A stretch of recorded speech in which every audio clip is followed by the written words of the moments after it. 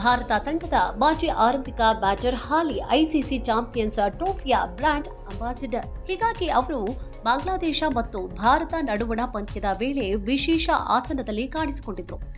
ಆದರೆ ಈ ವೇಳೆ ಅವರ ಸೀಟಿನ ಪಕ್ಕದಲ್ಲಿಯೇ ವಿದೇಶಿ ಯುವತಿಯೊಬ್ಬಳು ಕೂಡ ಕುಳಿತಿದ್ರು.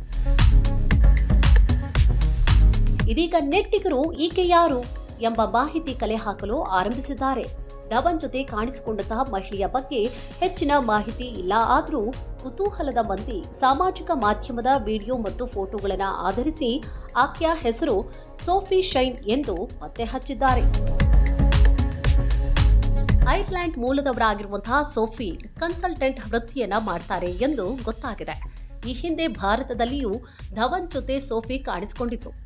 ಮುಂಬೈ ವಿಮಾನ ನಿಲ್ದಾಣದಲ್ಲಿ ಜೊತೆಯಾಗಿ ಒಂದೇ ಕಾರಿನಲ್ಲಿ ಪ್ರಯಾಣ ಮಾಡಿದ್ರು. ವಿದೇಶ ಪ್ರವಾಸ ಕೈಗೊಳ್ಳುವಾಗ ಕ್ಯಾಮೆರಾ ಕಣ್ಣಿಗೆ ಬಿದ್ದಿದ್ರು.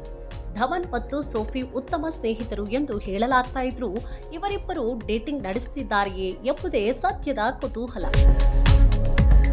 ಅತ್ಯುತ್ತಮ ಬ್ಯಾಟರ್ ಶಿಖರ್ ಧವನ್ ಅವರು ಕಳೆದ ವರ್ಷ ಆಗಸ್ಟ್ನಲ್ಲಿ ಎಲ್ಲಾ ಮಾದರಿಯ ಅಂತಾರಾಷ್ಟ್ರೀಯ ಕ್ರಿಕೆಟ್ಗೆ ನಿವೃತ್ತಿ ಹೇಳಿದರು. ಭಾರತ ಪರ ಧವನ್ ಒಟ್ಟು 167 ಏಕದಿನ ಪಂದ್ಯಗಳನ್ನು ಆಡಿದ್ದು 6,793 ರನ್ ಬಾರಿಸಿದ್ದಾರೆ. ಇದರಲ್ಲಿ 39 ಅರ್ಧಶತಕ ಮತ್ತು 17 ಶತಕ ಒಳಗೊಂಡಿದೆ. 143 ರನ್ ಅವರ ಗರಿಷ್ಠ ಮೊತ್ತ. ಟೆಸ್ಟ್ ಕ್ರಿಕೆಟ್ನಲ್ಲಿ 34 ಪಂದ್ಯ ಆಡಿ 2,315 ಗಳಿಸಿದ್ದಾರೆ. 7 ಶತಕ ಮತ್ತು 5 ಅರ್ಧಶತಕ ಒಳಗೊಂಡಿದೆ. ಟಿ20ಯಲ್ಲಿ ಉತ್ತಮ ದಾಖಲೆಯನ್ನು ಹೊಂದಿರುವಂತಹ ಧವನ್ 68 ಪಂದ್ಯವನ್ನ ಆಡಿ 1,759 ರನ್ ಕಲೆ ಹಾಕಿದ್ದಾರೆ. 11 ಅರ್ಧಶತಕ ಬಾರಿಸಿದ್ದಾರೆ. ಧವನ್ ಈ ಹಿಂದೆ ಆಸ್ಟ್ರೇಲಿಯಾ ಮೂಲದ ಆಯೇಷಾ ಮುಖರ್ಜಿ ಜೊತೆಯಲ್ಲಿ ವಿವಾಹವಾಗಿದ್ರು.